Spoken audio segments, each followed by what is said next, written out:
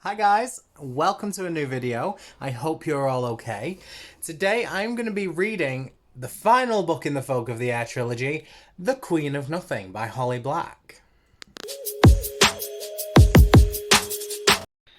So if you've been watching my spoiler-filled vlogs for a while, you guys will know I started my read of the Folk of the Air trilogy with The Cruel Prince, then moved on to The Wicked King, and now I am taking on The Queen of Nothing.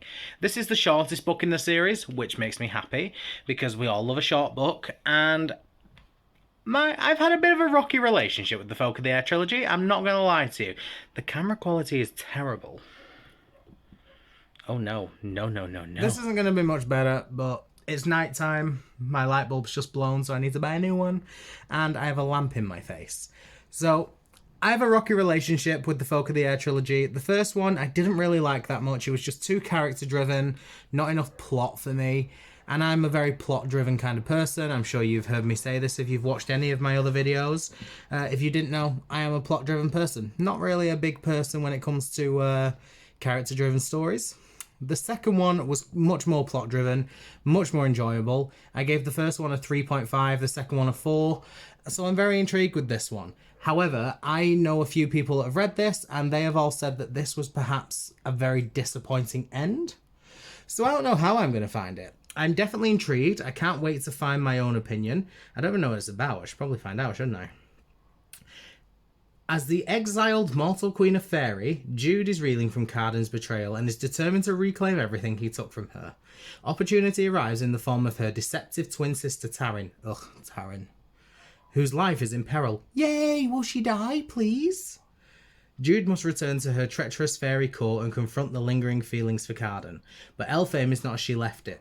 War is brewing and she becomes ensnared in the conflict's bloody politics. When a terrible curse is unleashed, panic spreads throughout the land, forcing Jude to choose between her ambition and her humanity. That actually sounds really exciting, and I can't wait to read more of that.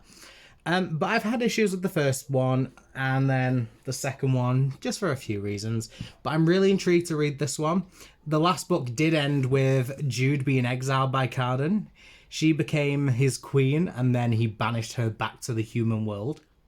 Plot twist, did not see it coming. So I'm really excited to carry on with this now, and I'm just gonna update you guys as I go through. Can't wait to chat to you. So I've just read the prologue, and that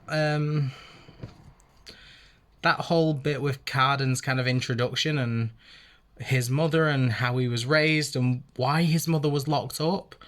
Maybe I just keep forgetting if this has been mentioned a lot, but I just didn't know anything about Cardan's mother. So finding out that she was locked up as punishment for him, like she got locked up because she took his punishment because he did something bad, but he didn't even do it. His brother did it and blamed him. That hurt me, man. That hurt me. I feel like Heather just really needs to stay away from this family. They are clearly not good for her. She deserves better than that. After the way Vivi treated her last time, she shouldn't be coming back. She shouldn't be considering it. She should just run away and stay away. That's what she deserves. Oh my god. What a dramatic fight with Grima Mog. I have to say, I really enjoyed that. I thought that was quite action-packed and well described, and I just had a lot of fun. That was a really good time. I really enjoyed it. Yeah, good. Going well. Great. Taryn's here. How gross. Locke is dead? What? No. Oh. I'm glad, but I kind of wish I got to see him die, you know? He was a dick. I kind of would have loved to see him die at some point. The knowledge that he's dead is good, but is it enough? Taryn killed him? Oh my god, this is getting a bit fun. Does that mean Taryn's gonna die? Oh, is Taryn going to be executed for killing Locke? Please tell me Taryn gets executed for killing Locke. I need Taryn to die. That would be so lovely.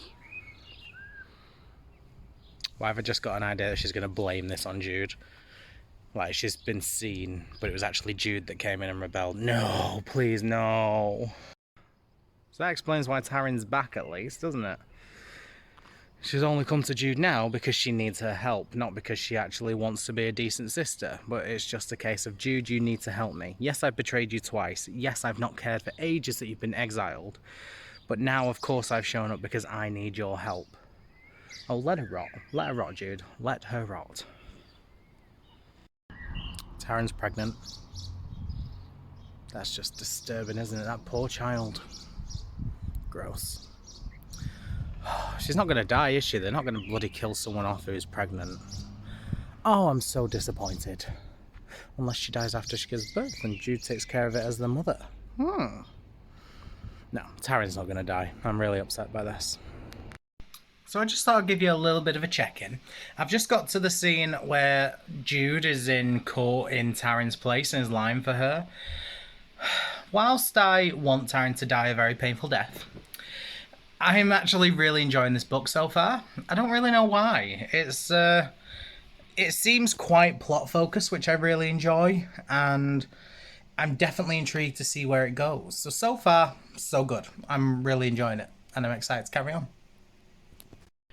Maddox setting Jude up to die is awful. Like, it literally just proves that he doesn't care about her as a child or as his child. He just cares about power, which just obviously proves that Jude made the right decision with Oak, because Maddox would never care about him or her or Taryn or Vivi, any of them. As long as he can get power, he will throw every child he has under the bus. I am just not vibing with Jude and Carden right now. Like, I'm sat here listening to them talk about how much they want each other and how much they love each other, and I'm just like, okay. I'm feeling really uncomfortable by the whole interaction, and I don't fully get why, but I just don't like it. I am not feeling it. I don't know whether I just don't feel the chemistry they have as a couple, but it feels very cringy and very uncomfortable. And to me, it feels more like a sibling thing that's quite uncomfortable. Yeah, I'm just not with it at all. No. Does someone want to explain to me why Oak feels so much older in this book than he has in any of the others? Maybe he just hasn't spoken much in the previous books, but in this book, I feel as though he's... I mean, I don't even know how old he was meant to be in general, but I feel as though he's like 11 or 12 here, whereas in previous books I thought he would be about 5 or 6. Whereas now he feels as though on the cusp of, like, being a teenager. Like, in previous books, maybe he's just not had much dialogue, only a tiny bit of power of dialogue. Like, I remember in the first book, it was just a case of, I name you king, or I crown you, or whatever it is he said. And then I feel as though that was pretty much all he said in the first book. And in the second book, I don't really remember much from him, whereas in this book, he's having full-on conversations. And it just feels like such a big age jump, even though it's not. It's strange, I don't know. I am sorry, does someone want to explain to me why Carden's a big snake thing? That came out of nowhere. Like, maybe I'm just making this up, and this was actually very heavily foreshadowed or something, but to me, that came out of nowhere, and I don't fully get where that come from. It's weird. I feel creeped out by it. I don't fully understand. But why a snake? Like, why? What's going on? Why is this a thing? I appreciate this is such a really weird character for me to like, but I am vibing with Grima Mog right now. What's she called? Greeda...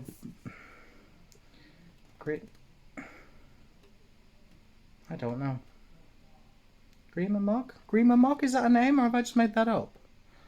Her. Anyway, I am vibing with her. I like her. Don't know why, but I just do. I find it really nice to know that True Love's kiss just isn't going to save everything. This makes me really happy. Although now I'm questioning what is going to save everything, because obviously Carden's not going to die. So something is going to come in and save the day, but what is it? The bomb is called Liliver. I love this. I am sorry.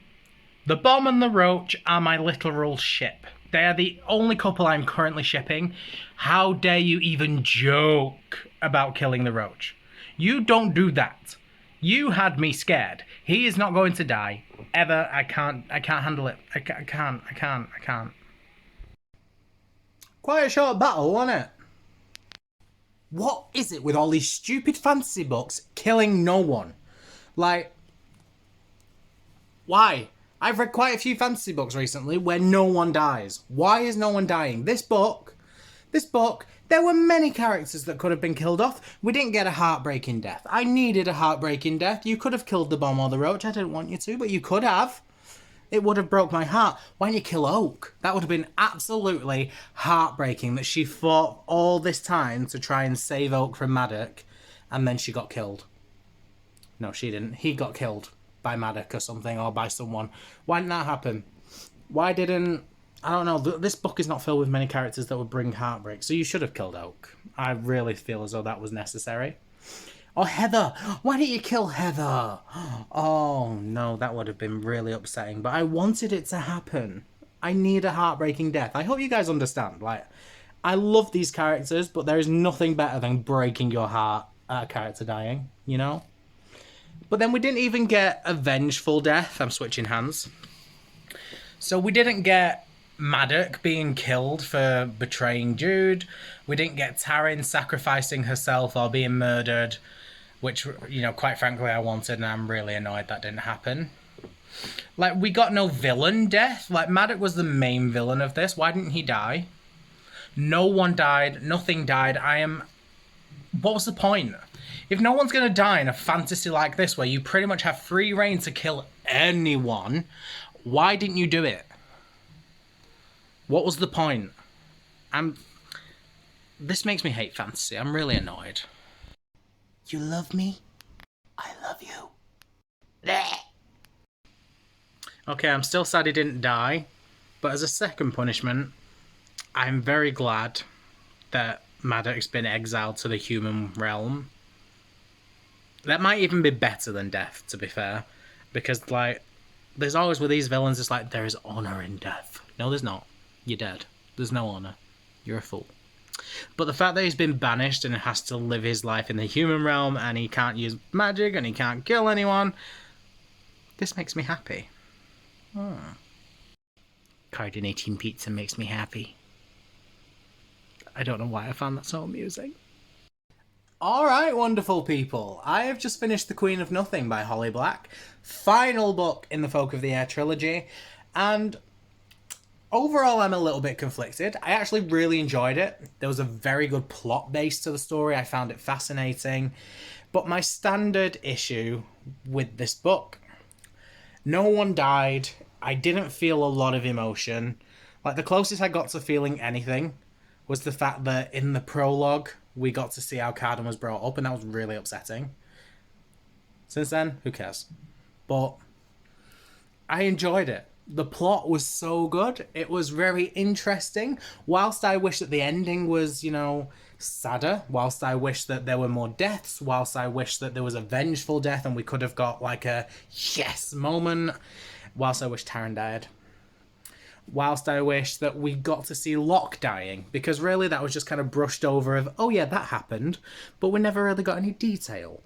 Whilst I wish we got to see the battle actually be a lot longer, because it was really, really short, and whilst I wish we got a bit of an explanation as to why Khan turned into a snake, maybe we did. I know it was a curse, but like, why? Why snake? Why snake? You know, that was probably explained, but like not enough for me. I would have liked to have seen more. It didn't feel as though there was a big battle with the snake. Like, I was listening on audiobook, so maybe I did miss it, because I do miss a couple of things when I'm reading on audiobook. But I'm fairly sure that Jude just turned around and Sneaky Snack was dead. And I'm like, she didn't even kill him? Really? What happened? Did she kill him and I just missed it? Like, I don't fully understand what happened there. But I was not a fan of Sneaky Snack. I was pretty upset. I feel as though the battle didn't go on for long enough. I feel as though no one died, and it really angered me. Taryn didn't die, really angered me. I did like Maddox's ending. I feel as though that was a perfect way to end for the villain. But overall, yeah, the ending was a little underwhelming. But in terms of the plot and my enjoyment in comparison to the previous books, I feel as though I enjoyed the plot side of this more. But I feel as though the ending from, for example, the last book where Jude was exiled, and even the first book to the point where Cardan was made king, they had more impact. So I'm very conflicted on how I'm feeling. Because, like, the whole coronation thing in book 1 with Dane and all of that, wow, amazing piece of writing. Everything in book 2 with the battle and Jude being exiled and being the queen and everything, absolutely amazing. This book, I do see that it was a letdown. And, my friends have had the opinions. Some of my friends really hated this book. Some of my friends love the book. So I can see why each of them feel a particular way, and I'm very much in the middle. So it's very confusing for me. I think, whilst plot-wise, this was probably my most entertaining book, even though I don't particularly feel like I'm a character-driven reader, I feel as though there was more character development in book 2, which kind of went hand in hand with the plot in book 2. Whereas I feel this one, it was just like, meh, It's confusing. It is a confusing time. It's very much, this book was just too not even plot heavy, because not really much happened, but you know what I mean. It just felt as though there was no development, and that the development that we already had just been kind of thrown to the side. Whereas book 2 was very much, you had some very good character development, you got to see why characters were certain ways, but you got so much with the plot because of that. And the first book was just very much nothing happened, and I don't really know how I feel. But overall, I think I will rate this book 3.5. I feel as though this might be a 3.5 book, or 4. I'm a bit torn. I'm going to go with a 3.5. I would very much like it to be a 4, but I feel as though the ending really let me down. The battle wasn't that big. There was no consequence. I just feel very underwhelmed by it. And considering it was the last book of a trilogy, I would have liked more. I would have liked to see more consequence. And it was just very much a case of happily ever after. The king and queen go eat pizza in, human world and order a weird pizza. That's pretty much it. No big sacrifice, no big deaths. Like, I sound quite sick, but I really love a character death. So overall, yeah, pretty much underwhelmed and upset by that ending. But overall, it was a good book. So I think a 3.5 is quite appropriate. But yeah, I would definitely still recommend the series. Obviously, you guys will have read it because it's spoiler-filled. So you've either read it or you have no interest in reading it. Or you're weird and just want all the spoilers before you go in, which I kind of relate to, so good on yous. But I think this is where my journey with this ends. I said if I really enjoyed it, I would read, like, the spin-off one, the How the King of Elfame Learned to Hate Stories one, but I don't think I love the series enough to want to carry on. Like, it wasn't a bad series, but I feel as though to enjoy that, like, my friends really enjoy it, I feel as though I need to have loved the series, and I didn't. I've had a very mixed ride with it. It's been an enjoyable series, but it's definitely not been a favourite. So I think this is where my journey is going to end. And I've had a good journey. I think it's just time to get off the ride now. But let me know down in the comments what you guys thought of this ending, because it has been very conflicting. Some people have loved it, some people have hated it. I want to know where you guys stand. And leave me either a crown or a sneaky snack in the comments. If you don't really have an opinion, or you don't really have anything you want to comment, you just want to let me know you've been, leave me either a crown or a sneaky snack, and leave me a comment to let me know what you guys thought of the book if you have read it. But other than that, guys, thank you so much for watching. It means a lot that you guys have been here. If you have been here for any of my videos, or if this is your first one, thank you for joining in. But for now, I'm going to go, and I will see you guys in the next video. Bye.